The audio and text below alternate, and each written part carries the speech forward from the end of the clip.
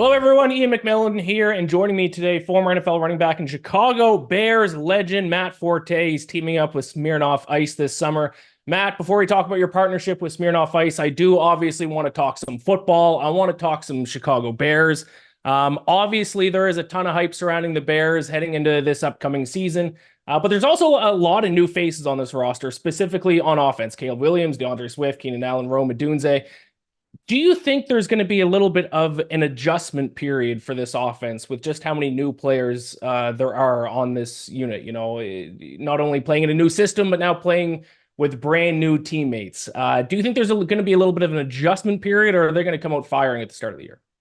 Yeah, there's always going to be a little bit of an adjustment. Even if you came back in the same offense and with the same um, scheme that you had the previous year, there's always an adjustment. I think it's just that's how offenses are designed. They're a little more intricate, not to kind of down anybody on defense or anything like that, but they tend to start faster. It's always been like that way. I played a decade in the NFL, and every team I've been on, and it's only been two, but every time we came into camp, the defense would kind of dominate until we kind of got a hold on what they were doing.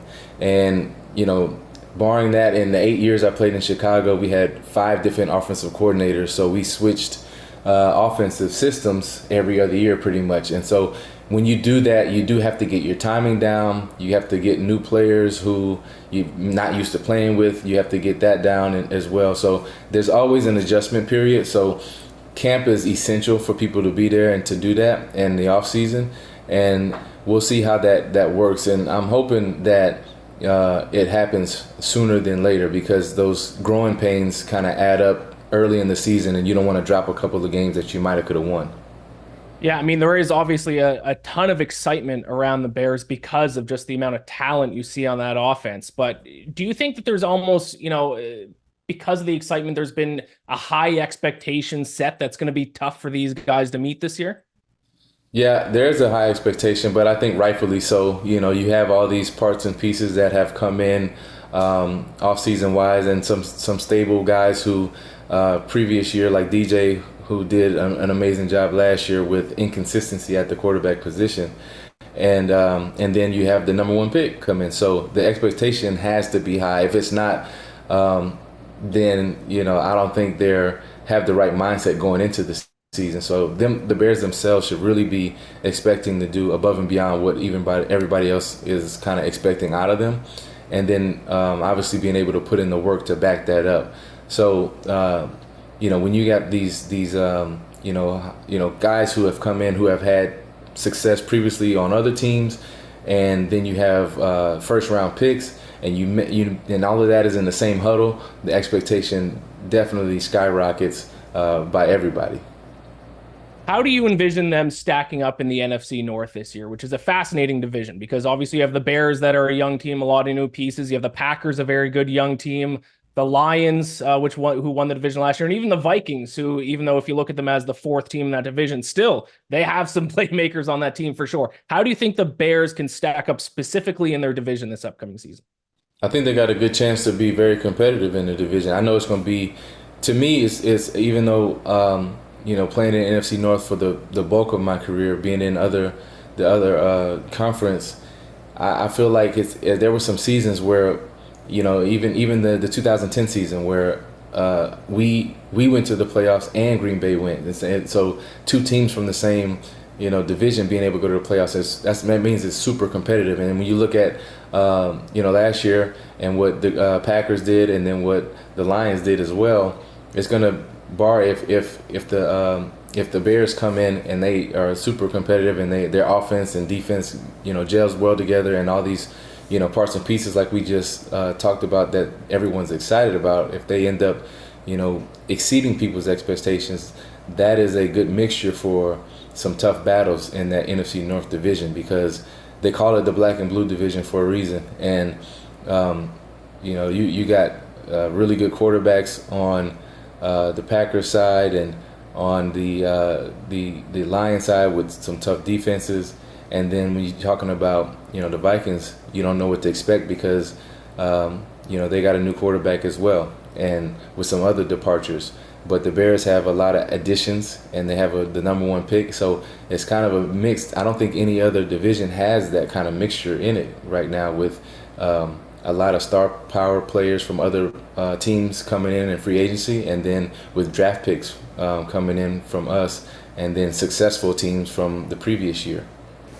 Now, be honest with me here. As obviously a former member of the Bears, is it a little weird that the Lions are kind of the team to beat in that division? Because I mean, the Lions were the Lions for decades, and now we're here in 2024. The New England Patriots and the AFC are now looked at as one of the worst teams, and the Lions are one of the best teams in the Yeah. NFC. That's got to feel a little weird. All that means is that we're getting old and you see the tide shifted. So when I came in, I definitely looked forward to playing the Lions. Yeah. And I marked them out on the calendar first. And then as we continued to play in my career, even though they were, record-wise one of the worst teams, they kept stacking first-round picks and they were hitting on their first-round picks. And most of them were defensive line guys. And so I got to play, unfortunately, at the end of my, career with the Bears against some of those tough, defensive guys and some of those tough teams that they had. And at the end of the day, it's still the NFL. Like, this is everybody's livelihood, and these guys are professionals. So there's no really slacking off on playing because you're playing a certain team. So when they go out there, I hope they start to think about the Bears as that they can slack off on the Bears because, oh, it's the Bears, and then we put in the work and go out there and surprise everybody. Now, I want to switch from the NFC North to the AFC South and specifically ask you about one player, a guy who you might be familiar, a fellow former Tulane running back, Tyjae Spears, with the Titans this year. Big season for him now with Derrick Henry in Baltimore. I'm just curious, do you talk to Tyjae at all, being both Tulane guys? Is there a community at all in the NFL between, former Tulane players? Absolutely, because there's more of them there now. At one point, it would be few and far between that you Yeah. saw a Tulane football player in the NFL. And so when I saw him coming out, I had spoke to him, before in spring practice and at Tulane when I would go down and visit. And then when he was on his rise, I gave him a lot of advice heading into the combine, heading into the draft, and when he got drafted.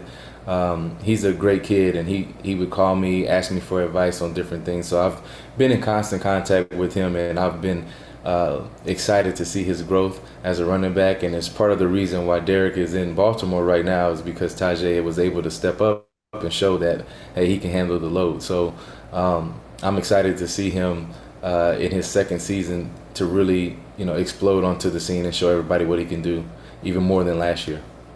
I got one last question for you, and then we're going to talk about your partnership with Smirnoff Ice. But obviously, the big thing going on in the sports world as we're talking, Matt, is the Olympics. Now, I don't know if you've heard this. I'm sure you have. The next Olympics, 2028 in Los Angeles, flag football is being introduced. 5 starters on the field at once, if you didn't know, for flag football. I want, Matt, your dream starting 5 for Team USA 2028 in flag football. If you want to throw yourself in there, I'm okay with that. Give me your dream starting 5 on offense for Team USA. Oh man, 2025 starting team. I'm gonna have to go with Justin Jefferson on the outside. On one side, I will go with who else? I have to go with. I'm gonna pick one of the Bears guys. I'm gonna pick DJ Moore. He's solid. And let's see, we need a couple more, skill players out there. Let's go with Tyreek. Let's go with Tyreek Hill. Yep. Put him out there. He's obviously, super fast. And flag football, you might not be able to get his flags. And other than him, let's go with who's gonna throw the ball. Man, I need a quarterback, and then what about a fellow running back too? Yeah, let's go with Mahomes at quarterback, and then a fellow running back. I'm gonna go with Bijan. Go with Bijan Robinson. Love it. Love it. He can definitely run routes and catch the ball. Yeah, I don't know if you just said that because you can see the Falcons helmet in my background there. So I love it. Tell me about your partnership with Smirnoff Ice, man. Yeah. Got a partnership with Smirnoff, and I want everybody in Chicago to meet me out in Wrigleyville on August 9th. There are going to be some surprises, and you might want to find out what that is. You may be wondering what that is, but it's basically a surprise with a little bit of swagger attached to it. If you want to find out even more about that, I want you to meet me out in Wrigleyville on August 9th. So partner with them, doing some big things and having a lot of fun to cap off the summer here in Chicago. All right. I love it. Meet Matt Forte, Wrigley Field, August 9th. Thank you so much for your time, Matt. I really appreciate it. You take care. Thanks, Ian.